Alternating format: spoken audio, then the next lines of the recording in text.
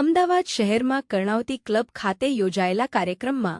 રાજ્યપાલ આચાર્ય દેવવ્રત દ્વારા અરીસ ખંભાતા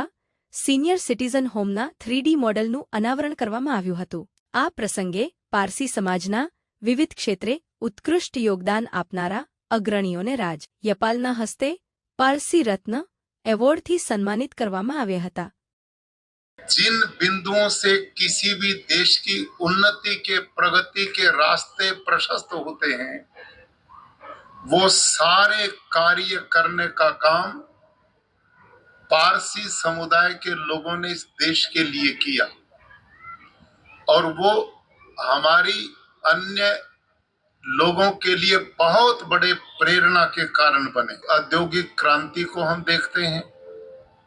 उनके द्वारा जो तकनीक और रिसर्च किए गए और उच्च शिक्षा के लिए जो यूनिवर्सिटीज तक की स्थापना की गई, ये बहुत बड़े परोपकार का कार्य इस देश की आने वाली पीढ़ियों के लिए किया गया. आज गवर्नर श्री आचार्य जी देवव्रत जी ने